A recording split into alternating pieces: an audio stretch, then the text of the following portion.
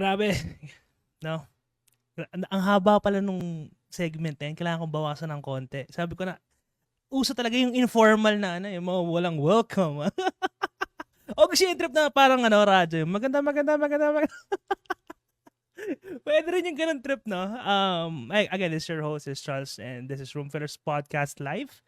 And you're watching at a Sunday, a rainy Sunday at 8 p.m. Kanina parang may napanood sa TikTok, parang recently nga, parang mamatay na nga yung radio industry. So, na-realize ko, oo nga, no? And wala na naman tayong background music. Lalagyan ko na. Ang hirap talaga pag multitasking, no? So, lagyan na natin ng background music para naman medyo chill vibes. And obviously, keep on liking and sharing bagong tasa. Yes, maraming salamat. Nandito na kaagad, oh. Talaga, pinaghandaan ko to. Kailangan, medyo maayos yung gupit natin. Medyo disente tayong tao sa interview na to. legit yan. So, what's interesting about this one is when this guest, I'm talking about this guest already. When we met, not technically met, parang kung naalala niya pa yun, we had the chance to partially discuss things nung sa November niche sniff session that's in Estate Coffee Makati, if I'm not mistaken. Parang he was there a bit late. So, konting usap, chika. I actually approached him. I don't know if, mamaya tanong natin kung naalala niya pa yun. Pero in-approach ko siya back then. Tapos, when I was doing this podcast, and like I mentioned from the past 2-3 episodes, talagang gulatan, no? And when Greg Talks happened, the first episode, no?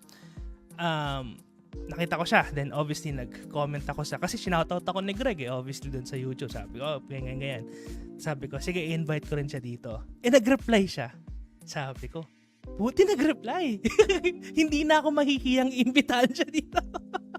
Kasi compared to this channel, right? I'm not that big yet or like, something. So, and obviously, medyo homey and vibes to. Lagi ako naka-live.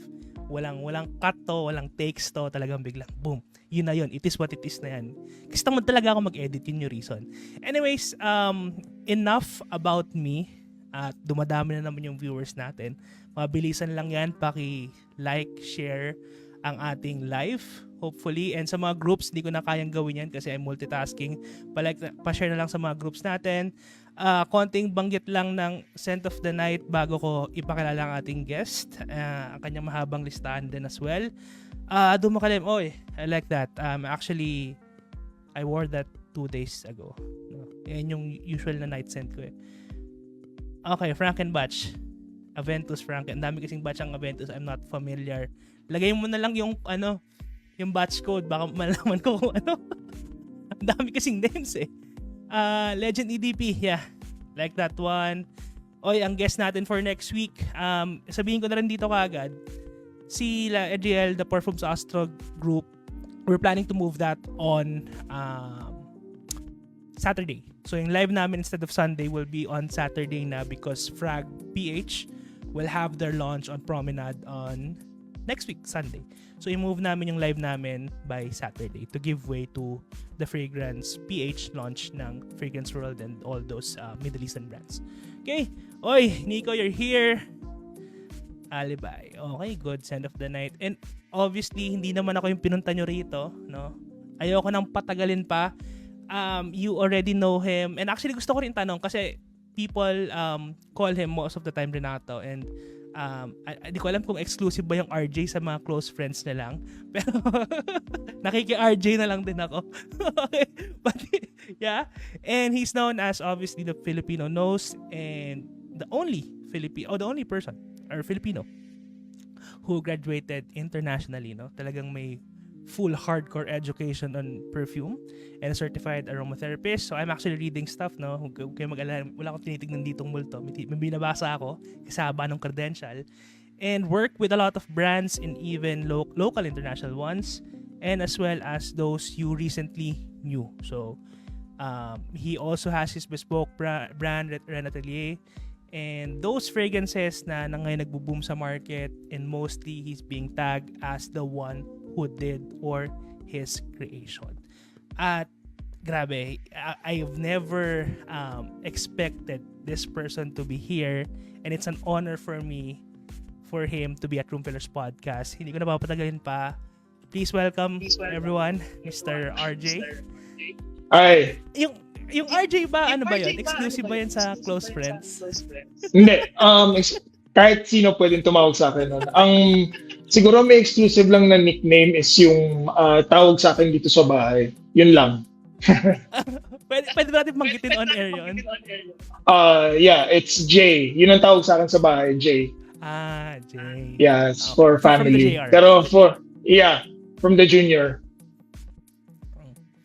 Pero mostly people and I think you are more comfortable JR. I mean sorry, RJ, right? I guess. Yeah. Kahit Renato, okay na sa akin. Nung mga unang parang hindi pa ako sanay. Parang sabi ko masyadong formal. Yeah, sorry pero syempre junior ibig sabihin galing sa tatay. Parang old school yung Yeah, old school, di ba? Oo, old school. I know it's a Sunday and we had scheduled this one last month if I'm not mistaken. How's your Sunday so far? Good. Pahinga lang. Preparing for tomorrow, yung work week again. So, regularly ka rin pumapasok like sa office and... Yeah, regular. Monday to Friday. Teka, medyo tayo. I'm not sure if it's my internet or yours, but let's see. Teka lang. Ayan. Pa-chat naman ako guys kung buhay pa kami dun sa live natin. Baka nagda-drop na kami, pero I think it's good. Oy, you're here. So, konting basa muna tayo. Ayun, Magnolia na ba? Okay. All goods. So, I'd like to start off obviously if you have seen this live, lagi kong sinisimulan sa collection journey. And sisimulan din natin doon, paano ba nagko-collect or paano nagsimula mag-collect ang isang RJ? Ako, nag-collect ako kasi nung bata ako, dahil wala pa akong pera, so nagre-rely lang ako sa binibigay ng nanay ko sa akin. Yung mga binibigay niya sa akin nun, CK1, nakalimutan ko na yung isang CK Free, yun, CK Free. So, doon nagsimula. Sabi ko, mabango, parang okay, sige. Pag may pera na akong sarili, mag-start na talaga akong bumili ng mga ibang fragrances na yung gusto ko talaga. Kasi yun, bigay lang ng nanay ko eh. So, parang, sige, gamitin ko. Mabango naman siya. Ayun. Tapos, unti-unti, nung nagkaroon ako ng pera, una kong binili is D&G Light Blue. Tapos, tawag dito, Paco Rabanne, yung Invictus. Ayun. Tapos, tuloy-tuloy na yun. Bumili rin ako ng Aventus, Terdermes, mga ganun. So how did you for that? Like, you're working with the business actually? Yeah, the business. Yeah. Ang hindi mo na-mention sa lahat ng interviews mo is yung college grad or college education mo. Mm-hmm. Ano ba yung college education mo? Management. Tapos, nung graduate ako, akala ko gusto kong mag-culinary, so hindi natuloy. So, nung nag-start na ako mag-work sa company, nag-take ako ng mga chemistry subjects sa UST. You are a graduate of UST? No, just subjects. Parang siguro mga 3 subjects lang ng chemistry. What year is that? Baka nag-aabot tayo. Ay, nakalimutan ko na. 2018, I guess. 2017, 2018, mga ganun. Okay, so kasi I graduated from US. Teka lang nag-feedback nga daw sabi ng mga viewers. Wait lang. I'm not sure if it's your side. Yeah, I think it's your side. Teka lang. Okay. Or mine. Wait lang. Konting technical difficulty tayo mga kaibigan. Teka lang.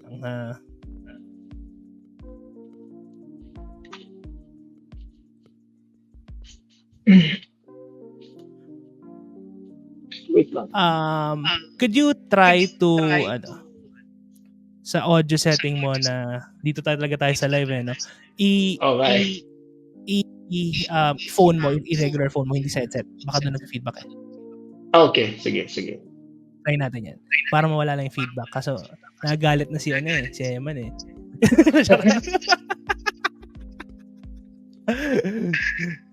Wait Kanina lang. nawawala siya, friend. Medyo notorious na yung feedback. So, ibig sabihin tuloy-tuloy nga siya.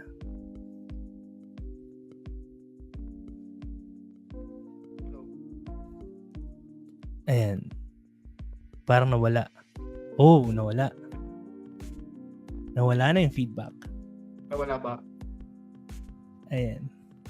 Kaso yung... Ayan. Nawala. Yeah, could you speak... Ano na lang. Ayan. Yeah. Hello? Ayan. Yeah. It's good. Yeah. Yan. Better. Can you hear me naman? Loud and clear? Yeah, of course. Ayan. Yeah. Okay. So, going back, yung college degree mo was here or paano ba naging setup na? College ako UANP, so management. And then after that, after graduating, I think that was 2009. And then nag-try akong mag-culinary for 1 year. And then after that, nag-drop ako. I started working for the company. And then, kanina kasi sabi ko 2018 ako nag-ganun. Hindi, it's 2012 ata. 2013 ako nag-UST para mag-take ng chemistry subjects kasi parang kailangan sa company. So yun nga, nagkaawat nga tayo because my years in UST was 2011 to 2015. So doon ako graduate sa, kaso magkalayo yung building natin kasi yung building nyo sa science. Main kayo, right? Main? Yeah. Yeah, kami sa may AB, sa may Dapitan side. Anyways, very fun to know that you also went to UST as well. But I think it didn't work out. What made you decide after that to push through studies abroad nung time na yun? Yung perfumery. Yeah. Yeah, kasi nung nagsa-start na ako nag-start ako sa working sa company, yun nga, nag-earn ako ng sarili kong pera so I can buy my own fragrances. And then, yung mga binibili ko pala, parang may mga parang feeling na naka-attach sa akin. Katulad nga nung sinabi ko dun sa interview, na parang may fragrance ako, pag feel ko, gwapong-gwapo ako, yung Invictus, yun. Tapos pag masaya ako, meron ako yung PNG Light Blue. So parang na-curious ako. Parang sabi ko, parang gusto kong malaman yung paano siya ginagawa mismo. Yung hindi yung pabangong yung finished product, but mismo yung fragrance oil. So sabi ko, parang gusto kong mag-aral nung perfumery.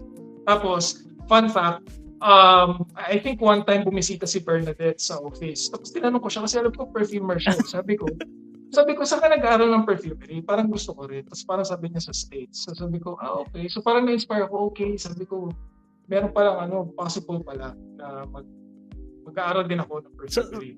So legend na pala si Bernadette. So bago palang maisip mag-aral, nagtuturo na pala siya ng perfume. Ay, hindi ko alam kung bagong graduate siya ng perfumery noon or matagal na rin siya. Okay, so talagang there was a time that you actually, you have the same family, almost the same background, same the family business, no? So talagang, kumbaga nagkakaroon na kayo ng interaction and doon ka nag-start nagkaroon intrigue. And parang, syempre, I think your parents supported it as well, obviously. And the way I think of your path, the path that you chosen, I think sa mga nakapanood nga ng Greg Talks is somehow beneficial kasi you as the company grows, obviously puro distribution lang, tama yung ginagawa nyo sa company for distribution. Now if you create something, then you manufacture it by the company, it will definitely benefit the company.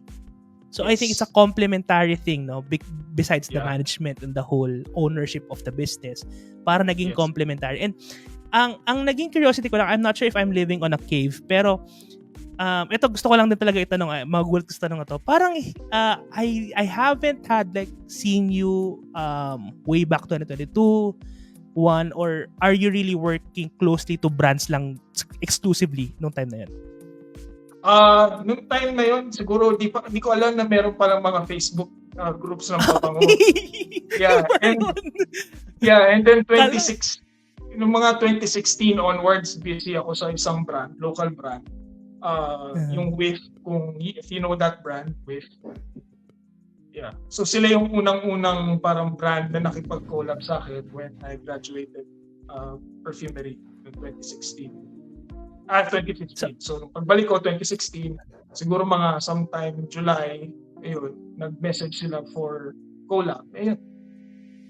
So akala ko, nakatira lang ako sa kuweba. Okay, yung pala, wala ka talaga sa Facebook groups and wala ka talagang visibility. And napansin ko sa social media like TikTok, you had your Instagram way before, pero sa TikTok and other platforms, parang he just created that 2021, 2 yata, if I'm not mistaken. Yeah. Yun yung reason. So, akala ko nakatira lang ako sa cave, yung pala talagang recently ka lang. And right now, you're appearing more often than not. And was this like a plan of you to make it mainstream, or ano ba yung nagiging naisip mo, ba't ngayon mas visible ka na sa mga tao? Siguro nagsimula yan yung kaya ako naging visible. Kasi gumawa ko ng TikTok, wala lang, dahil gusto ko lang manood ng Bored mga lang. videos. Bored lang na ano. And then, yun nga, nagkaroon na ako ng, parang may napanood ako na oil-based video or something. Nakita akong Simula post na pala sa oil-based. cringe. Yeah, doon ako na-cringe. And talaga sabi ko, okay, I think I'm going to really use my platform to at least give, a bit of education and awareness. And napapansin ko kasi sa TikTok parang mas parang mas booming ang TikTok eh. So sabi ko, sige, sa TikTok ko siya i-post. Ganun.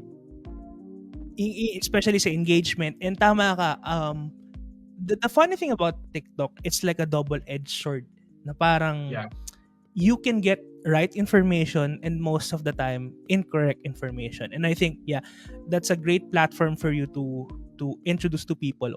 Not technically what's right, but more on how to see things differently siguro, and obviously to correct some misconception that has happened for a very, very long time, especially in the fragrance industry. Now, ito tatanong ko na rin sa'yo, obviously, kasi tinanong ko Greg, anong feeling ngayon na may marami na nagpapapicture? Okay lang. Parang surreal, syempre. Parang, wow, totoo ba to? Na nagpapapicture sila. Pero, okay lang naman. Nakakatuwa, syempre. Huwag na tayo magpaka-plastic. Katulad yung sinabi ni Greg.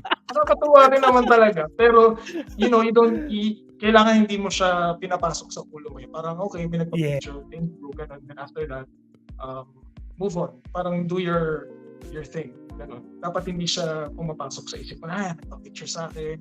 Yeah. And it's a thing, no, yung signing of the bottles. I think other perfumers does that. And I think I'm not sure kung first time ba yun or nung may nagpapirma sa'yo ng bote. I've seen that you posted, right? Yeah, first time. Kung first time. Talaga ba magpapapirma sa akin? Kasi di ba parang minsan pag maganda yung bote, ayaw mong sinusulatan siya or ano, kasi parang ginagawa mo siyang display sa ano mo sa collection mo yung maganda yung bote. Tapos biglang may sulat na ano. And I can attest to that kasi nung nag-aaral ako ng perfumery, yung L'Odyssée ko na pabango, pinasign ko yun dun sa favorite, isa sa mga idol ko na perfumer, si Jack Cavalier. Pinasign ko sa kanya yung L'Odyssée. Ngayon, hindi ko siya magamit-gamit kasi ayoko mapawasan dahil may pirma niya. So now, ganun. ikaw naman. Ako naman. Ano yung feeling? Parang okay lang naman. Parang okay. So parang surreal na parang, dati ako yung nagpapapirma. Ngayon, yun. Nagpapirma sa akin. Oo, pero katulad nga na sinabi ko kanina, dapat hindi siya, parang it won't get into your head na big time. Parang gano'n, no, dapat hindi. Kasi siguro nagkataon lang na gusto niya yung gawa mo na yun. Yeah, totoo. Pwede nga. And, sabi ko nga, di ba, may mga konting interruption tayo. Napakamatampuhin ng comment section natin, obviously. Unahin ko na tong mga to, bakit walang makalat sa comment section. Bahala kayo. Sabi ko, parang, kasi when we're talking off-air, FYI, parang pinrep ko na si RJ na may mga ganito nga sa comment section and possible. So, good na behave kayo. Pero, kasi ako din impression may impression parang you're very serious, parang di kita maloloko, kaya medyo formal yung unang approach ko sa'yo eh. Tapos nung kahapon, buti nga pumunta ako kahapon para I'm trying to observe kung mga maloloko ba to or whatnot. So buti naman. Kasi parang yun nga, yung aura mo, it's like a formal person, pero sabi mo nga, shy ka lang. No? Hindi ka pa ganun ka comfortable. Anyways, puro walang kwenta na yung mga nasa, sa mga comment section. Ito, tawag dito. Gusto ko lang din malaman at this one. No? So, since you've been working with a lot of brands, were there times na parang you want to give up at like on their ask, on their parang vision na parang posible na pinapagawa, parang hindi ko naman magagawa yan. Were there times like that? Yeah, actually every time na may ginagawa akong pabango for a client, tapos parang medyo hindi pa siya satisfied, parang sabi ko, okay, parang ano, gano'n kaya katagal bago maging ano. Kasi minsan parang feeling mo nagawa mo na yung magandang, happy ka na. Kasi bago naman ako mag-submit, inaamoy ko siya. Tapos pag hindi ako happy doon, hindi ko siya binibigay. Talagang kung ano yung binibigay ko doon sa client, yun yung parang happy ako doon sa naamoy ko. Ngayon, pag hindi niya gusto, parang sabi ko, ano kaya gagawin ko? Parang gano'n. Parang makukuha ko pa kaya itong project na to. Parang gano'n. And then, sometimes, parang gusto ko na mag-give up. Pero, sige, try pa rin ang try. Oh yeah, because I remember one of episodes ni, syempre you're familiar with reviewers and influencers, obviously in the internet, obviously. Si Jen Sense, no? I think he mentioned about on how long does it take to create an original and obviously to release it in the market, especially if there's a creative director, there's a perfumer behind, and the full back and forth process. Yeah. So, gusto ko lang din malaman, especially the brands that you work in, how long does it usually take, and ano yung mga usual na challenges na experience mo when launching or someone will ask you to create a to create a perfume for them? Usually yung work is tumatagal mga 1 month, 2 months, depende yun sa brief na kung gaano ka sophisticated yung pabango na gusto niya. So tumatagal ng ganun. And ang kasi ako lang yung gumagawa. Ako rin nag-evaluate ng gawa ko. So parang hindi ko alam kung yung isasubmit ko ba okay. So pero doon ako medyo tumatagal. Kung sabi ko okay kaya itong nagawa ko. Tapos tinatry ko lang na isubmit. Tapos kapag okay naman, okay sige. Next naman namin is yung final application. Ilalagay ko siya sa EDT or whatever. And then sa-submit. And then titingnan natin. Stability and all.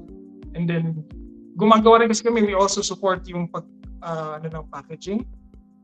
So, yung pag-design ng packaging and yung pagpili ng packaging, yun, minsan matagal din yun. Kasi medyo may kamahalan yung packaging namin. So, naghahanap kami ng ibang options. So, parang full-blown pala kayo? Yeah, full-blown. Akala ko, you just create fragrance, then like, bahala na si client. I think, lahat pala ginagawa niya from the fragrance itself, from the manufacturing, lahat process, bottling, complete. Yes. Yeah, complete. Okay. So, okay pala, no? So, pagka, kunwari may isang brand na lalapit, parang it's less of a hassle. Yun nga lang, tama ka. There are some price differences, obviously, to different, especially if they want to have different bottles or they want to import abroad, no? Yeah. And, sa tagal mong ginagawa to, parang have you ever felt na nakakatamad na or ayoko munang umamoy for a week? Parang may break time ka bang ganun? Sometimes naka-question ko na actually yung sarili ko, parang okay pa ba ako? Parang nagagawa ko pa yung trabaho ko na maayos. Parang gano'n. Kasi parang feeling ko, nabigay ko na yung mga best ko dun sa mga ginawan ko ng pabango. So parang sabi ko, meron pa kaya akong magagawa pa? Parang sige, sabi ko minsan, ako sa akin pa ba to? Parang gano'n. Minsan naiisip ko yun. Pag gano'n. And I think, kaya ako natanong yan. No, wala ka actually. Pero kaya ako natanong yan kasi you've shared to me something that a lot of people don't know. And I think this is part of your de-stress activity. And I'd like to show to everyone. Kung may mga sneakerheads, medyo kakaiba to, no? I think this is part of your de-stress and medyo marami siya. Why are you into boots? Bakit nahiligan mo tong boots? Yeah, actually, shoe collector naman talaga ako noon. Pero nung mga time na yun, more on mga, Oxfords, tawag dito, yung mga walking shoes, mga ganun. Pero leather na yun. Nagko-collect talaga ako nun. Probably because gusto ko yung amoy ng leather. Natutuwa ako pag nakakamoy ako ng authentic leather. So parang, wow. Tapos mahilig din ako sa sapatos. Favorite ko talagang, medyo maporma na rin naman ako, I guess. So sabi ko, gusto ko maganda sapatos. Di ba na medyo hindi ako sa yung suot ko, basta yung maganda yung outfit, sapatos. yeah. Parang for me, happy ako doon. So last year, parang sabi ko, parang gusto kong mag-complete ako ng overhaul ng wardrobe. Sabi ko, parang gusto ko yung rugged, naman ako ngayon, yung rugged era, parang gano'n. Sabi ko, tagal ko nang gusto mag-collect ng mga boots. Ngayon, last year ko lang naisipan na talagang mag-full-blown collect ng boots. And kung makikita nyo nga dyan, medyo hesitant pa ako dun sa dalawa. Kasi cowboy boots yun. Parang, why would you wear cowboy boots here in the Philippines? And number two, you're not even a cowboy. So parang, di ba? So parang medyo hesitant ako. Pero nung may fina-follow kasi ako parang mga fashion na foreigner na parang okay lang naman na magsuot ka ng cowboy boots. Kahit na hindi ka cowboy, parang gano'n. It's a statement piece naman daw. Sabi ko, sige, try ko. So, nagustuhan ko naman siya. I really like yung mga rugged na look. Yung hindi masyadong... Yung pansin ko recently. Tama. Yung hindi masyadong dress na parang wala. Chill vibe. Yeah, chill vibe. Pero so, naka-boots. Oo, nagpo-boots ako. Tapos actually, sabi ko, okay. Tapos may nakita rin ako sa TikTok. Sabi ko, ang daming nagko-content. Pero yung kino-content nila, yung mga forma, mga old money. Sabi ko, try ko kaya na iba naman yung i-offer ko na fashion. So sabi ko, sige, i-feature ko yung mga boots na collection ko. Sige, gumawa ko ng content. Siguro nung nakita ko yun, pinanood ko siya ulit. Medyo nakikringe ako sa sarili ko. Parang nafe-feelingan ako. Sabi ko, okay, stop. Sabi ko, ayoko nang gumawa ng ganitong content. Parang, wag na lang. So, i-enjoy ko na lang yung boots ko personally. Pero yung papakita pa sa iba, parang, wag na lang. Ayaw mo nang get ready with me. Yung ganong content. Yeah. Masyado ba trabaho eh. Parang for me, hindi ko kaya. Pero medyo actually, munti ka na. Kasi bumili pa ako nung parang yung hanger na sabi ko, sige, mag-fashion content ako. Pero, nung pinanood ko yung ginawa ko, parang sabi ko, parang cringe ako sa sarili ko. Parang gano'n. Parang hindi ako yun. Parang gano'n. Parang hindi bagay sa akin. Yung sa branding ko nga na, perfumer, tapos biglang may fashion content. So, parang, yun? Bigla nag-flex na mga boots. Pero anyway, it's good, diba? A lot of people don't know. And siguro from this day forward, makikita nila, papansin nila yung sapatos mo, obviously. Pag nakita ka nila, may boots ni RJ. Pero yun. And a lot of people are already asking. So actually, nabanggit ko lang yung collection mo because actually, yun nga, the intention of Room Fullers podcast is actually to deep dive into collection. And knowing you as a perfumer, you have different hobbies as well. And yung gusto ko lang ipakita sa mga tao. And a lot of people right now, especially in the comment section, gusto na mag-deep dive sa question sa perfume. And pagbibigyan na natin sila, pero bago natin pagbigyan sila, last na, ito na lang ba yung current collection mo or ano ba to? What's with this? Yan na lang yung current collection ko. So parang nagtanggal na rin ako ng mga perfumes na medyo hindi ko na masyado ginagamit. Sabi ko, ito na lang yung mga focus ko ngayon. Kasi bihira na rin akong mag-fragrance eh. Dahil yun nga, pag nasa work ka, hindi ka naman pwede mag-apply ng perfume. So, I get to wear fragrance siguro Saturday lang kapag lumalabas. Sometimes Sunday. So, bihira na. So, talaga nagbawas na ako ng mga fragrances. Yung mga talagang gusto ko lang yung kinip ko. And then some Renatelier fragrances. And yung some na mga ginawa ko just to check kung kamusta yung fragrance na gawa ko from time to time. Kung may kailangan ba akong i-improve, mga ganun. And I've seen, especially in the middle, parang your name and your wife's name here, itong white. Tama ba ako? Yeah, yan yung wedding set namin. Actually, giveaway yan. Yung may R and S giveaway yan Yan. sa kasal namin. And then yung nasa pinaka right side, yung love letter, that's my personal fragrance during my wedding. Wow, During our grabe wedding, na. wife ko. Talagang So, I keep encapsulate them. yung moment. Yeah.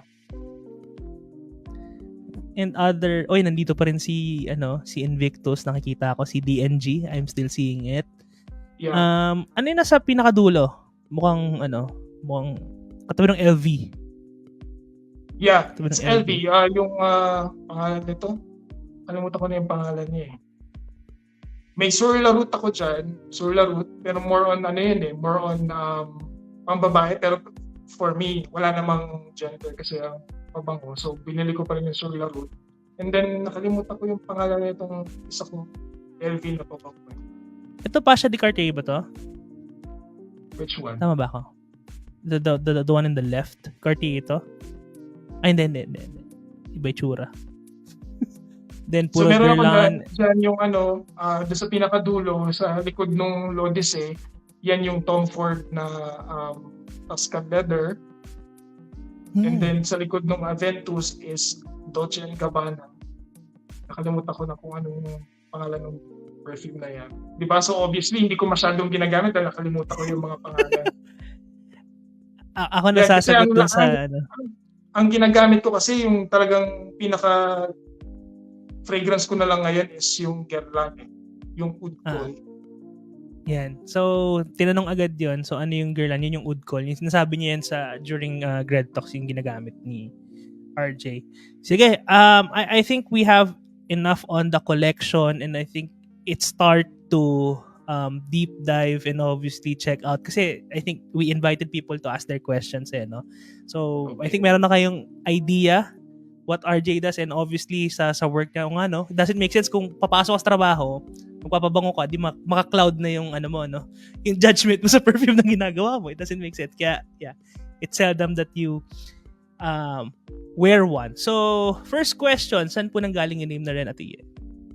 Ren Atelier, yung Ren obviously medyo katunog ng pangalan ko yun, pero Ren kasi is a small bird na rarely seen siya, hindi siya ganong known na bird. And it's just a small bird and it's for me it's a symbol na I'm a small brand, small fragrance niche line, and then rarely seen siya because hindi naman ako yung katulad ng mga nasa market na famous. So yun yung kung bakit Ren Atelier, tsaka derived din sa name ko na Renato, so Ren. And kaya then yung Atelier, makes sense. Yeah, and then yung Atelier, sabi ko, parang gusto ko ng medyo maganda naman yung tunog. Hindi yung mga Ren Perfume Lab, parang medyo masyadong technical, masyadong corporate sounding. Sabi Ren ko, manufacturing.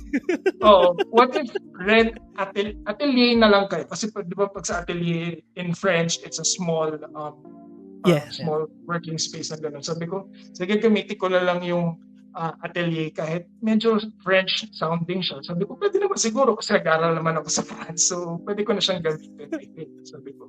So, yun. Ren Atelier.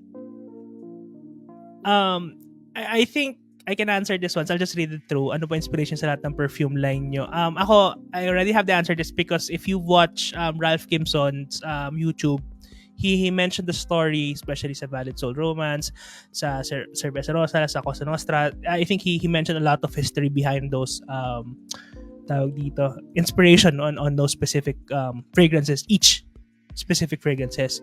Ang tanong ko na lang dito particularly is, out of all of the Ren Atelier collection, what's your favorite? Yung nagustuhan mo na ginawa mo?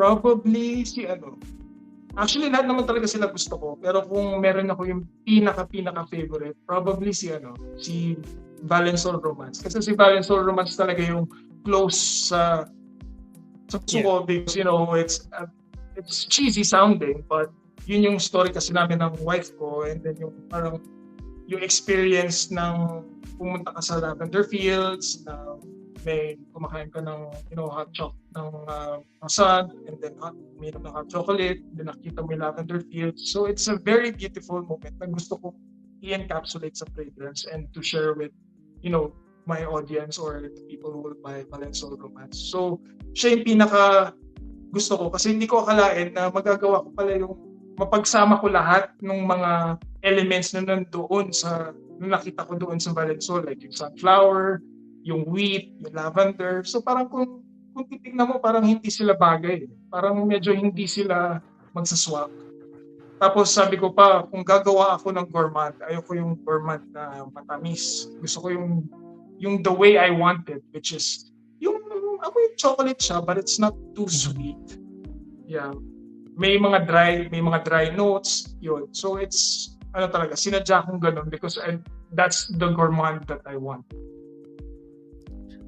Do you wear perfume at night ba? Just a curious question. Like, before you sleep? Is it because dahil may baby ka or hindi Yeah, naman? dahil may baby, and then siguro baka mahirapan din akong makatulog dahil pag may naamoy ako parang may mga ideas ka na bigla. So para sabi ko, ayokong magsuot ng pabango. Tama na yung naaamoy ko na scent from the shampoo, the soap. Okay. Pero when you syempre obviously studied about, but after that, do you find like you are more sensitive to a lot of things like before kasi hindi mo naman maalala yun dati na parang hindi mo papansin. Pero ngayon na nakapag-aral ako sa perfumery school and this and that, nakagraduate na ako, I'm doing this and that. Parang naging mas sensitive ka na sa smell ng maraming bagay. Yeah. Actually, yung Ambroxan, Mhm. I love Ambroxan. Gusto ko siya. Yung niya, as an ingredient, I love it. Pero pag minsan na-amoy ko siya sa gym, parang sabi ko, it's too much. Parang, Sa gym? parang hindi ko, parang mabango siya, pero parang ayokong masyadong maamoy yung in your face na Ambroxan.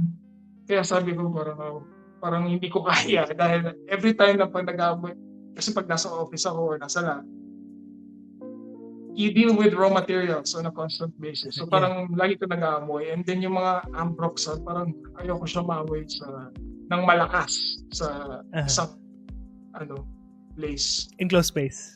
Yeah. Yeah. Ayan, para sa hindi naka-attend kahapon, anong favorite note ni isang Renato Lobenia Jr.?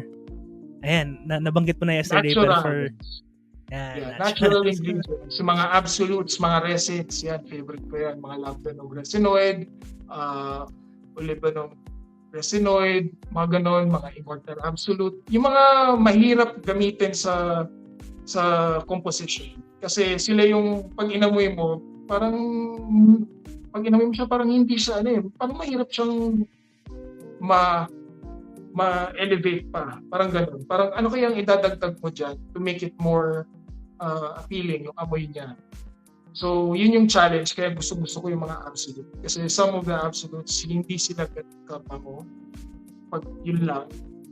So, kapag ang challenge mo ngayon is when you mix different ingredients to use that absolute, that ingredient to push other notes, to push other ingredients dun sa composition mo. That's the challenge. So that's why I love working with natural ingredients.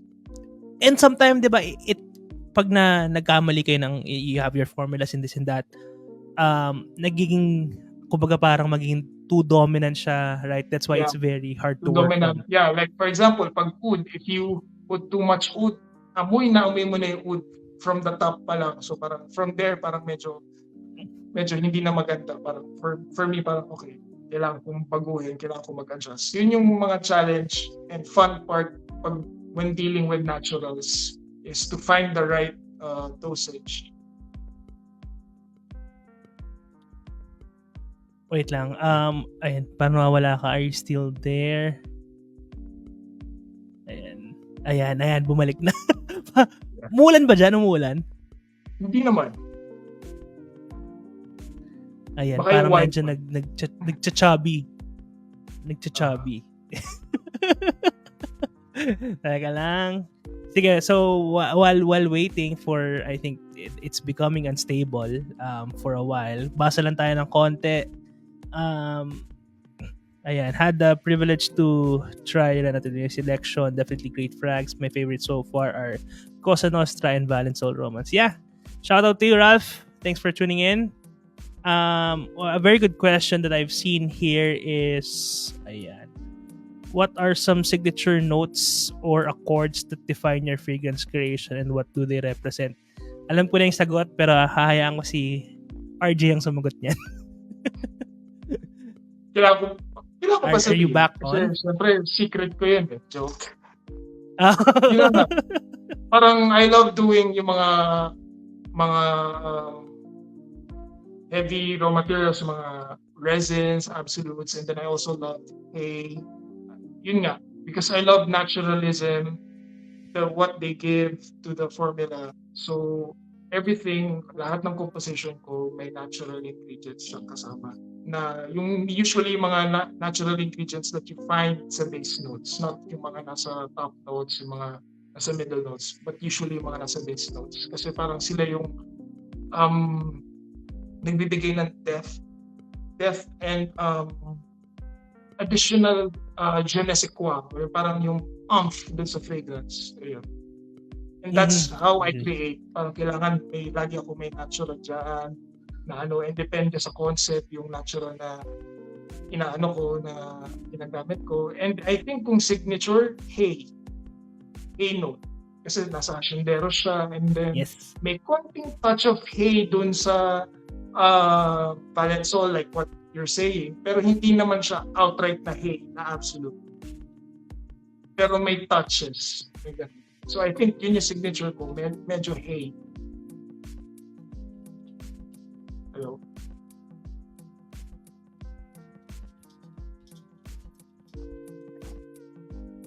Yep. Actually, we are somehow, parang, I'm not sure if it's me or it's you that we're kind of losing. So I'm trying to check out. Teka lang. Ano nga ako sa comment section if we are losing or is it continuous or ako ba or si RJ ba? Because I have like, teka, makikita natin dyan in a few. Di naman. So baka ako nga yung parang nagkakaroon ng issue sa reception. Okay. Ako yun. So bali ako. Sorry na. Akala ko siya ako pala. Pero at least okay sa live. Maraming salamat. And good that you asked. And obviously, yun nga, if you following his page, obviously, you will see the yun nga, yung signature hay accord na sinasabi ni RJ. And eto, isang magandang tanong. So I like this question a lot. Ito. How do you balance creativity and market trends when designing a new fragrance or brand for a collection? Very good question. Balance. Okay. So it depends din talaga sa brief ng client. So sabi niya, ito lang yung mga notes na gusto ko. So okay. So yun lang yung gagamitin ko. Hindi ako mag-add ng other artistic touch to it. Kasi syempre nagbibigay rin sila ng budget eh. So kung ano yung gusto nila, dahil yun yung appealing nila sa market, okay, sige, yun ang gagawin ko. And I will not add other things that I usually use kapag yung gumagawa ko sa Renatelier ng fragrances. So parang yun lang. That's how I do it. I balance it through what the customer needs. Doon ako talagang parang yun yung limit ko. Kapag sabi ng client, ito lang yung budget ko, ito lang yung gusto kong maamoy sa fragrance, ito yung notes, ito yung gusto kong okay, sige. Yun lang. Hindi ko na dadagdagan ng kahit anong artistic touch pa. Curious ako dyan sa budget sa paggawa or pagdirect ng fragrance, no? Like, could you give me like a ballpark figure? Let's say, I want, ano ba, depende sa gustong maamoy, sa notes, or paano ba nagkakaroon, let's say, ng budget range if I parang want to create lang, something? ang gusto ko, ito, parang siguro sa 50 ml, ang gusto kong buying ko sa'yo is nasa 150 or 250. So you have to make a fragrance na papasok doon sa budget na yun. So doon ko na ganun pala inaano yun. yung so doon ko na piniplay yung dosages ng ibang ingredients na mahal. Yung some of the naturals na gagamitin ko, doon ko rin binabalance yung dosage niya para makapasok doon sa budget na binibigay. Now I know. So if I were to, let's say, to make, then ganun pala nagiging transaction between the creative one, the director, and you as the perfumer. So kung saan siya papasok. So talagang May ano mga nga pala, ganung no? brands. May mga ganung brands na parang ito yung gusto kong parang bawa, for example, 250 yan. Gusto ko, yan na yung buying ko sa'yo ng bote. Yun lang. Pero meron iba, sige gawa ka lang and then pag-usapan natin yung yun yung mas gusto ko. Yung, sige gawa ka lang, pag-usapan natin. Gawa ka na may kaliligaya natin. Okay. Teka, sige. Ang dami nating tanong na overwhelmed na rin ako sa comment section. Pero, is there any instance you need to shake the perfume? Parang ako, I've seen one perfumer does that in TikTok. Like after the mixing with the mabilisan lang. Tas, sinashake yung Ako hindi. I don't do it. I don't do it. Yeah, Ang nakita ko sa kanya, once he added parang may mga solids pa rin kayo, mga powdered stuff, right? Tapos, he applies the heat, right? After heat. Mm-hmm. Then, pagka dating sa last part na pag nilalagay niya na yung alcohol, ginagano niya lang mabilis. Tapos, okay. I don't know if that's for show. I don't know. Probably it's for show. Kasi sa amin kasi parang may naman kami. Parang magnetic stirrer na pag inano mo na once na nag-melt na yung mga resin or whatever, may naman yun Parang automatic na nag-steer naman kasi may magnetic stirrer. So parang hindi ko na siya kailangan gano'n pa. For me.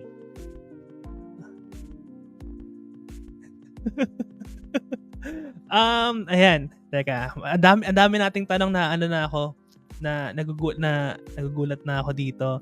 Sige, I'll try to answer most of the question while we're on, obviously, but I have some prepared questions for me as well as part of this Rovillers podcast. Could you complete the sentence, please? I'm a perfumer. Of course, I always smell. I always smell. Actually, yung pinag-uusapan namin ni Eman last week. Nag-usap kami ni Eman. Sabi ko, pwede ka nga tanungin si RJ ng ganito.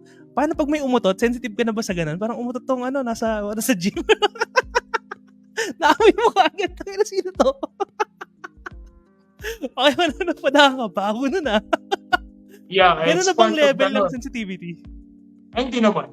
Siyempre, ayaw mo naman yung amoy na ganun. Pero parang okay, sana huwag ka makaamoy ng ganun. Pero I'd rather smell Ambroxan than that, di ba? Okay. And ito yung isa mga controversial questions because here, like I told you, no, so maraming mga unpopular opinion ako lagi sinasabi sa show. Actually, every episode, maglalagay ako ng isa. There was one when I posted Teddy Hodgen, you've seen that, right? I posted Fragrant Philippines. Parang may nag-comment na you are a fan of his creation, yung we're talking about the Masquerade. Then parang sinasabi niya, kung fina-follow mo si Teddy, and you're also promoting yung Masquerade as a fragrance enhancer, hindi siya naniniwala doon. Personally, what are your general thoughts on yung fragrance enhancer and those things? Okay, so ako naman, kasi since I'm a perfumer, pag gumagawa ko ng fragrance, hindi ko na siya kailangan, I don't think kailangan pa siya ng enhancing. Kailangan yung performance, yung longevity should be in the composition na.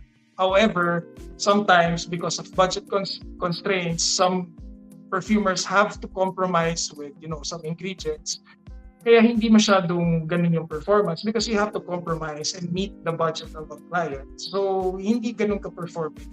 And siguro dun pumapasok yung fragrance enhancer. And nung binigay sa akin ni Greg yung brief na to, yung idea na yan, sabi ko, sige, subukan natin. Parang gusto kong i-try kung magagawa ko siya. Kasi usually, ang ginagamit ngayon na fragrance enhancer is the Isoe Superb. Which is, okay naman siya, diffusive naman siya. And, pero ako kasi sabi ko, it's not only Isoi Super that can do that. And hindi enough si Isoi Super to really, enhance a fragrance. So kaya yung blend ko is not just Isoi Super but different ingredients like musk and other para to really try and enhance the fragrance. And yun nga, ang medyo mahirap sa fragrance enhancer is sometimes it can work, sometimes it can't. Sometimes it won't. Diba? Nakita nyo naman yan sa mga ibang nagre-review ng fragrance, yung masquerade, na sometimes for them, hindi gumagana. And then yung sa iba, as in, kung hindi projection, yung longevity. So, it's a hit or miss na and usually gumagana daw siya sa mga citrusy and yung may mga musk na notes. Ayun. I agree. So, pero po ako personally, hindi ako gagawa ng fragrance enhancer. But when you have a client who's asking you for that kind of idea, sabi ko, sige, hindi ako magno-no dyan just because I'm a perfumer and I don't believe in the fragrance enhancing. It's, parang yun yung concept niya. It's a challenge for a perfumer to how will you do it? Yung fragrance enhancing. Yeah. I agree. And ako personally, with Masquerade, yun nga, yung mga may base na musk, it enhances that part. And yun yung sinabi ko, you've seen the reply na it's actually marketed really towards freshies and those who has musk component to enhance that feature and that base note. Siguro yun lang yung parang kakaiba actually for the whole Masquerade thing. Fun fact as well, while we're discussing this, the first time that I saw you, kasi I don't know if you have like a background of me or you've seen that already, kasi I'm into clones, no, if you know, before, 2 years ago. So I'm really into clones. And the first time that I saw you sa TikTok is you were discussing GCMS and how do clone brands or inspired brands does the copying of the whole DNA. In general, what is your thoughts about the whole clone market? And obviously, it's getting more and more popular and getting, more into like people's, kumbaga, option, no? Na I would rather pay for this one than a more expensive original. What are your thoughts about clones? Okay, I have 2 thoughts regarding sa clones. I have actually the business perspective, which I understand the need for clothes because some people, they're not willing to spend that much on fragrances. Some of them have to have that kind of budget to actually invest on yung mga fragrances na out in the market. So there's the need for the clone. So pag nagsa-start ka ng business mo, gusto mo yung mabilis na kagad na return of investment. So sa clone ka talaga magre-resort kasi pag sinabi mo ito ka-match ng BDC, syempre yung mga BDC fans na namamahalan, we'll try it. So yun, that's the business standpoint. But for me as a perfumer, I'm leaning towards I don't like clones because syempre it's a work of art. I see it as a work of art. So na parang na kung may i-improve ako, dapat yung gumawa ng pabango na yon ang mag-i-improve, not the one who is cloning it. Kasi di ba may mga ibang clones na mas pinalakas niya kaysa dun sa original. Parang gano'n. Parang siguro na parang because it's a work of art, parang feeling mo na ano ka sa gawa mo. Parang alam mo yun, parang inalter yung gawa mo. Guilty ako at some point.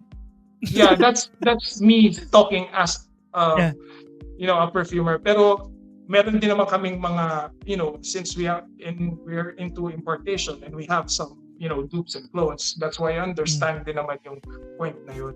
That's why, as much as possible, I offer yung yung original fragrances. But if the customer wants clones, I can't blame them because that's fast return of investment. Yeah. And particularly sinabi mo sa clone market in general, kasi ako when I collected clones, that's the first thing, no. my initial thought was to understand more and get more accessibility on those perfumes, and obviously the notes, this and that, what's in profile DNA. It's the reason why I immediately purchased, because at the amount of less than 1,000 or 2,000, marami ka na makakuha ka tuloy-tuloy. And you get to experience different DNAs, whether it's niche, designer, this and that, to multiple clones. And eventually, as I move on, nag-switch na ako to technically clones but hybrid.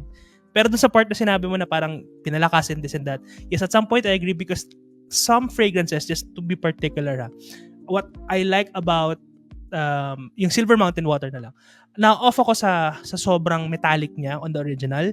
Pero when the Sassy created a Silver Mountain Water clone with a rose to it and less the metallic accord, made it even stronger actually.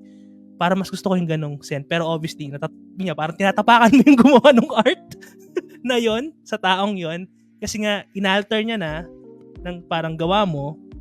Tapos, eventually, it sells out more than actually. Kasi how much is a Creed cost, right? So, yeah. Partly guilty on that. And kasi when we're talking about that, parang second episode ka, third episode, tama kayo, it's an accessibility to the market, especially for those who wants to try out how it smells no? And going to that, ito yung next ko, is the inspired market saturated? Sobra dami na bang gumagawa ng inspired ng clones and this to the point na, I'll give you an example because Emma and I were talking about this last weekend. Even Bernadette, off air, pinag-uusapan namin to. You know milk tea, right? Ira, UST days, di ba? Kaliwat ka na nagbubukas ng milk tea. Alam mo kung nag-aaral ka doon.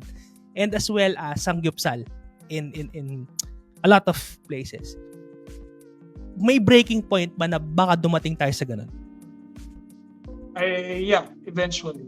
Kasi sa sobrang dami ng mga inspired scents ngayon, ang labanan mo na lang dyan is performance. And yung so ang matitira dyan, kung sino yung maganda yung performance ng product, hindi yung yung iba, wala. Hindi na siya tutuloy. So I think aabot tayo sa point na kailangan you will offer something different to the market, which is original compositions. Ayun. Narinig nyo na mismo. Kasi yun yung pinag-usapan namin sa lahat, I mean, for the past 3 weeks na parang, especially off-air when after the whole live. Kasi pinag-usapan namin na, especially when the accessibility of the market to the Middle Eastern clones, they're more affordable, they're more performing, well, hell lot cheaper in all aspect, pero yung price-performance ratio niya sobrang taas compared to the ones that being done here. And we have to be honest with that. Ako, I've experienced a lot, and even sabi nga ni Bernadette, it really happened. No? So, lalo na pag ini-import na siya na mas madali and more people get access to it, baka dumating tayo sa point, na tipping point ng inspired market. And if you as a brand don't have anything to offer like an original, talagang magkakaroon ka ng problema in the future. And I agree. No? Ganun talaga siya. One thing that I also like to ask, what if, kasi ito yung laging tanong sa mga gumagawa ng mga scents, kunwari may mag-clone ng Valenzuela Romance. Hindi ko alam kung ma-flatter ba ako or may insulto. Hindi ko alam actually. Kasi never ko pa naman na-experience yun. And I don't think may experience ko yan. But siguro, at some point, it's flattering because ibig sabihin lang kapag kinolone siya, it's doing well. Maraming people, a lot of people want the fragrance, but they just can't afford the price. They're not willing, but at the same time, it's like as an insult to me as an artist. Parang I'm not worth that what I sell for the Valenzuela Romance for other people to sell it at a cheaper cost. So parang my art, parang hindi yung pagiging artist na hindi ako worth for that price. So I think I'll lean towards parang hindi ko gusto. So, totoo lang tayo. Pero have you ever had talks? Syempre, you have access to your idols, your inspiration, and the people around you, especially when you have convention.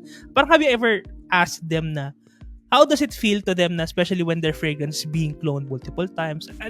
Example na lang, BR540. Diyos ko, sa lahat ng houses, sa lahat ng inspired brands, sa lahat ng kung ano-ano, may BR540. Na parang, diba? Is it something na sila mismo as the one who create, as the artist, na parang, oy parang too much na itong ginagawa niya, parang ganun. Yeah, actually, magkakaroon na ng move sa mga perfumers to try and have, intellectual property rights just to, it's a move now based from what I'm learning from the associate or the organizations that I belong to. They're trying to really have that intellectual property, or at least man lang you get credited for that work. Kasi nga, tumadami na yung mga clones. Pero yung iba naman who work for big companies, siguro, okay, sige, kinulo nyo, pero hindi nyo naman makukuha ng 100% because meron kami mga captive molecules na hindi nyo makukuha. Siguro, for them, sige. Pero yung mga really artists, ang move now is to get at least reduce the clones.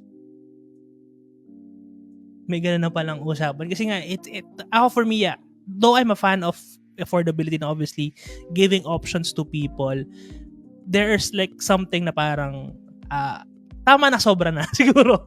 Hindi na lang yung pinaka-statement doon na it's like too much of things. And ako right now, I moved to, I think you've heard already as well, na I moved to really different space to Arabic, Middle Eastern niche houses already.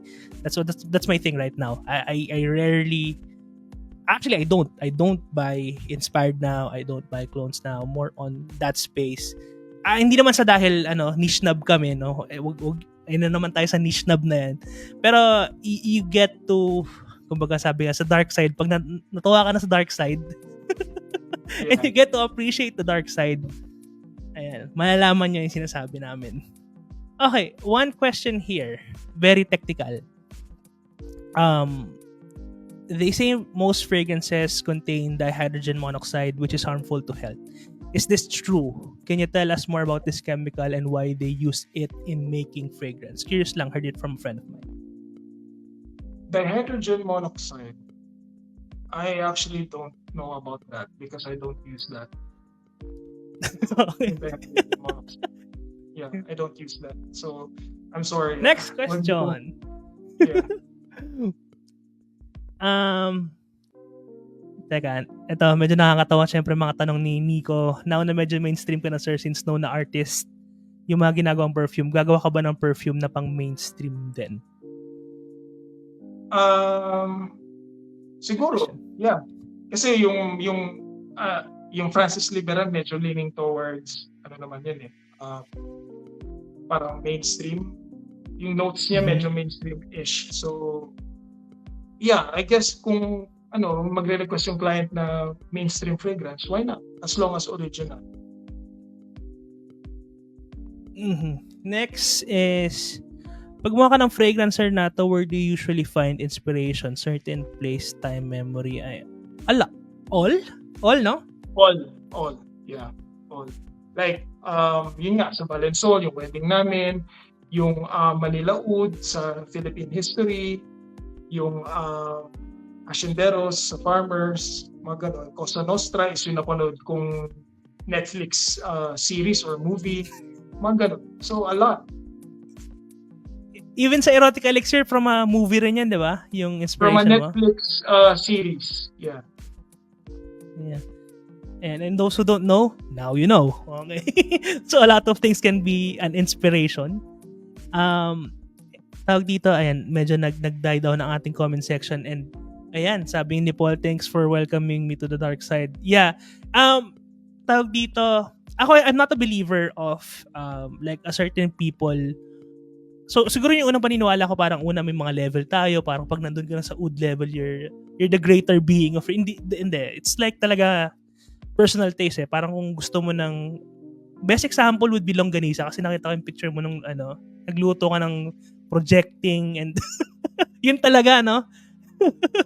Yun ang tumatagal sa bahay mo. Tuyo, tsaka longganisa. Kahit sa kamay. So, talking about longganisa na lang to be exact. Mas trip mo vegan, Cebu, or kung ano man yung lukban. It's that eh. It's the same as perfume eh. You want it sweet, you want it on the garlicky side. Parang ako yun ang comparison ko ngayon sa pagkahilig sa pabango, parang longganisa. No? There are a lot of variations of longganisa sa Pilipinas, no, alone. And kung ano dun yung gusto mo, personal preference na yun. It doesn't mean na mas gusto mo si garlicky na higher being ka na. Pas ka na sa sweet chorizo Cebu type longganisa, which is typically common in a lot of longganisas, di ba? Pag-usapan to yung longganisa, pero yun lang yung point ko. Though it's really kaya din na maraming natutuwa sa oud, and especially doon sa mga medyo kumbaga on the next level, kasi nanggaling na mismo kay RJ na it's hard to make one. Kahit paulit-ulit na yung oud rose saffron leather combo na yan, iba-iba yan every time na makakaamoy ka. I tell you, especially sa oriental, hindi pala sabihin, sa amber. I watch your Greg talk sa amber. Okay, ibang way to have that kind of DNA pag naapoy na ng tao. Yang oud rose combo and a lot of different combination kahit paulit-ulit siya. Ang daming way to explore that fragrance. And hopefully guys, you like the dark side. Eto pa, sige. Konting tanong, and it's been an hour already. Ayan, sir, nakatry na ba kayo ng mga formulate accords ng OG sa Pinas, yung notes? Yeah, if you share ko lang bago mo tanongin yung sagutin yung question. If you were there yesterday, maraming mga pinaamoy na perfume na ginawa mismo ni RJ, especially na yung mga materials sa Philippines. But right now on a mainstream level, or the ones who tag dito, who does the mga brands, no? The ones that you create, do you put something like this in their products? Yes, I do.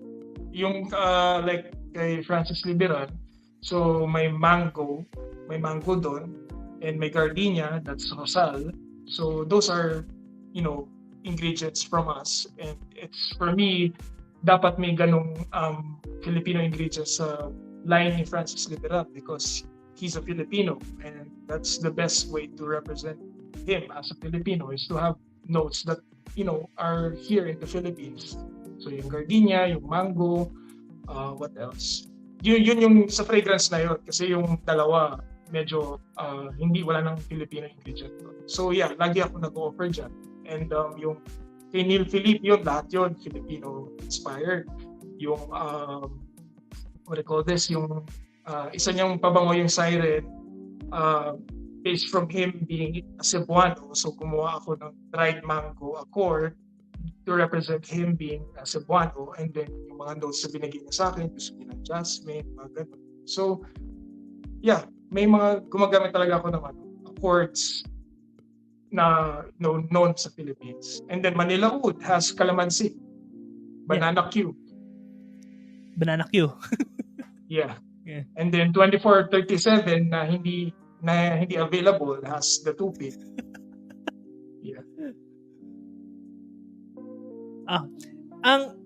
Ito din sa tawag dito sa mga sa romance, I think dun sa Greg Talks, ma-add ko lang, no, para na-mention mo that there are different paths sa pag-aral ng perfume, yung sourcing, yan. But right now, parang, are you planning to expand your horizon to, especially when you're talking about untapped resource materials here in the Philippines? Are you already investing in those na para, kumbaga, in the future, magkaroon na tayo ng mga ano bang prominent sa Philippines? Kunwari, sampagita na lang. Sampagita, ilang-ilang, mga those kind of flowers, mga ganyan, kunwari. Yeah, meron. Pero secret muna.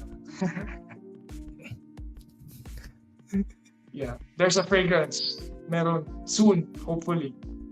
So, secret muna.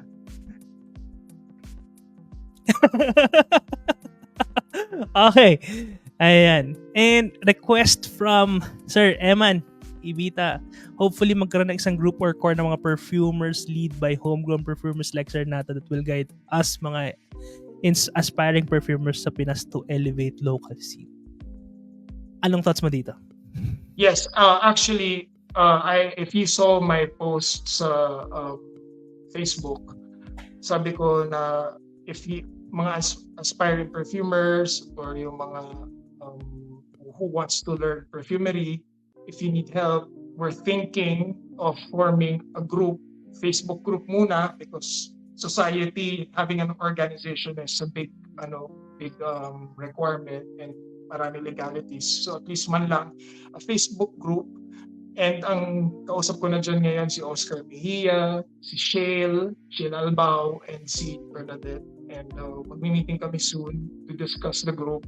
And yun nga, ang objective nun is to help aspiring perfumers and yung gustong mag-perfume, maging perfumer, to guide them, yung mga regulations like sa IFRA, ayun.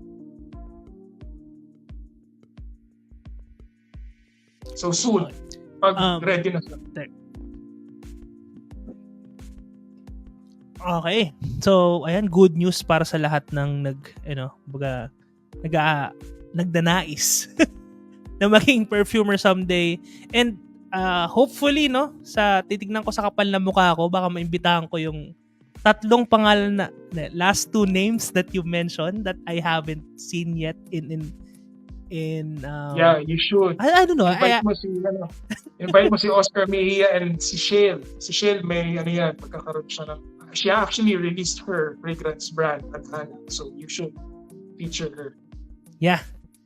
Kaya natin yan sa Room Fillers Podcast. Tigas lang tayo ng muka at mag-PM lang. Pwede mo ma-interview. Yeah. Gagawin natin yan. Huwag kayong mag-alala. Kasi next month as well, parang baka magiganto pa yung theme. And I'll have 2 lives actually planning to do by next month. So I'll focus din sa pag-grow ng TikTok social media ko. Kasi maganda nga yung traction ng tao doon. Ayan, shout out daw sa Longganisa Make. Oy, si Marty, PM nyo siya, masarap yung mga gawa nilang longganisa. And goods. Taga Nueva yan. Nueva Longganisa Maker natin and really good products. Ito, advice for newborn frog heads, Sir RJ. Newborn frog head. Advice, just enjoy the journey. Lang. Yeah, just enjoy the journey, and kung may chance, kung may means kayo to at least get some raw materials like essential oils, it's a good start. Like yung mga citrus, katulad na sinabi ko dun sa talk yesterday, kung may access, kung kaya nyo bumili ng mga essential oils na mga like bergamot, kung ano yung available, just for you to familiarize yourself with the notes. Para pag nag-amoy kayo ng fragrance, hopefully baka makatch nyo yung note na gano'n, na may lavender or may bergamot, and you get to appreciate the fragrance more with that. Okay, back ulit tayo sa mga unpopular opinions ng mga pinrepare kong question. Tama na kayo, comment section, ako naman. Because I prepared again. Sabi ko nga, lagi tayo magbabanggit dito ng mga napaka unpopular opinions. Cringe mo sa mga brand claims, yung mga nakikita mo sa mga posting. Huwag na tayo sa oil base ha, kasi alam ko galit na tayo dun sa oil base eh. Baka hindi na makakain yung nag-oil base, no? Other brand claims that yung pag nakita mo, o kaya nakapost sa mga ads nila, sa marketing nila, ano to? Yung, ang tawag dito, chemical free. Pero so far, wala na ako nakikita masyadong chemical free. Siguro na-realize nila, okay. Hindi naman pala chemical free gawa namin. So, yun. Isa yun sa mga medyo cringe ako pag yung mga chemical free. And then ano pa? Yung musik mura. Kasi parang bakit? Diba? Paano mo nasabing chemical free yan? Lahat chemicals na ginagamit mo. So, it's impossible. And then ano pa ba? Parang yun lang chemical free and oil-based talaga. Siya yung talagang medyo nakakainis, si oil-based. Ako, question, how about, I don't kasi usually see, may be designer niche, even the Middle Eastern Arabic brands out there, na they're claiming performance. Is it really something that like a brand or a manufacturer or a creator that can claim a certain guaranteed performance? Can someone do that? Or ano ba to? Marketing ploy lang ba din ito? Parang ganun. Well, yeah, you can Like claim hours. you can claim it basta kaya talagang nagagawa ng fragrance mo yun. You can. Yung it lasts Kasi kung- on my clothes the following day. Ganyan. Yeah, kasi kung long lasting naman talaga siya, edi dapat talaga long lasting and you can claim that. Ano pa bang mga nakita ko mga ridiculous brand claims? Well, napag-usapan na namin to yung mga own creation. I think you mentioned that as well. Yung pag-mix ng dalawang premix, no? Tapos, okay, this is my creation. Yeah. Kasi sa mga Yeah. Yun, actually yun. dishonest. Yeah. Parang ano siya, yeah, you can say na creation mo kasi pinag-mix mo yung dalawa, but that's about it. Minix mo lang yung dalawang existing fragrances. Pero the real fragrances did not come from you. So, hindi mo siya pwedeng sabihin own creation. Kasi hindi ikaw yung nag-decide ng notes. Probably ikaw lang yung nag-decide kung ano yung paghahaluin mong fragrances. Yun lang. And talking about Teddy kasi isa sa mga pina-follow ko recently, no. There are also popular luxury and even mga niche brands that are also cloning. Pero parang what they do is just they tweak something about it. Considered pa rin naman yan as like a clone, diba? Like Yes. something that's not there. So, say, let's just state a classic example. Siguro, sorry for the house sa mga lovers PDM, notorious po yan. There are a lot of PDM fragrances that are clones. Tiziana Terenzi, majority of their line are technically clones. Yeah. So, you agree that these are not original and they just tweak something they or ano ba to?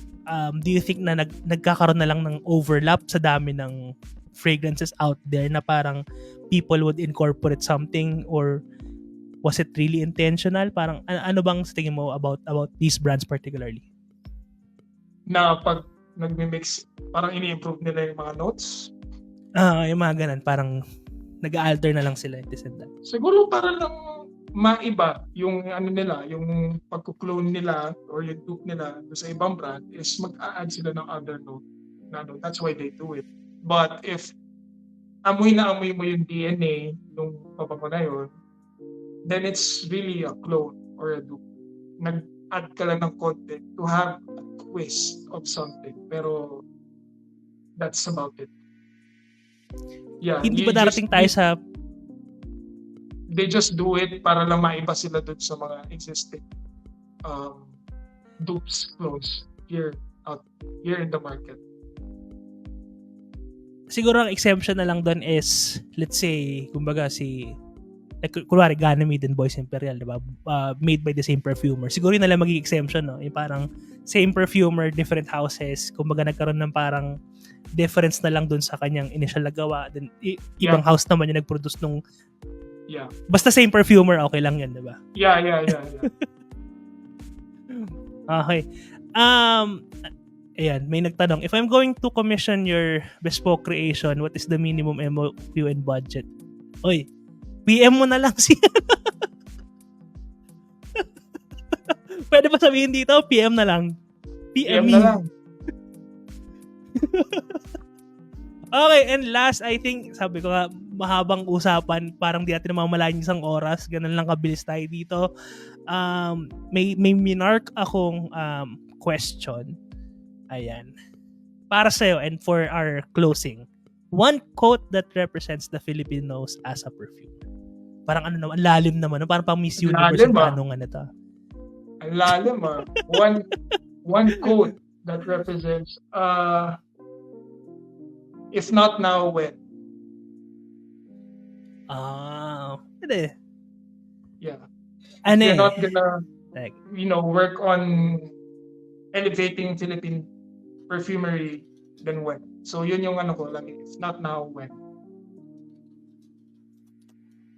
Totoo. And as a fan of ako right now, I'm deep diving into, not deep diving, I'm supporting a lot of original creations from the local brands, especially the small ones. And right now, Mabanggit ko lang dahil hindi ko sinabi kung anong suot ko ngayon. I'm actually trying out Elnaris, their own original creations. I have 2-3 bottles here na tinatry ko just to get an idea on how they're doing their original. Sayang hindi available yung leather scent nila. Hindi sana gusto ko matry. Pero this is like, ayan, mga gantong brands. And next, obviously our next guest sa Room Finish Podcast. Actually, you also, ako highly encourage you, RJ, to join us on June 1 kung kaya. Because there are good brands out there, especially our guest for next week, yung Parfums Astra. Hindi naman sa bias ako, no? Pero, I don't know if you've tried them. Ay, na-try mo na ata sila sa Greenbelt. Try mo na ba? Ay, Greenbelt to sa Unbox Promenade. Parang hindi medyo pa. When I visited, wala sila. Ayun. Na-try ko lang si Sam, yung na-try ko. Ako, medyo bias ako dito dahil guest ko rin sila next week. I like the brand personally, and maganda yung mga creations nila. They're getting more and more popular, social media, mainstream, and this and that. And these are just couple partners sila, no? They create their own. I think nag-aral din sila kay Bernadette before. Tapos they launched their own products and lines. They source their materials, their bottles and everything. Tapos kunti-unti. And actually na kahapon din also sa mga natuwa din ako, 625 Paul will also release his originals. Nagustuhan nga natin yung number 3, number 5.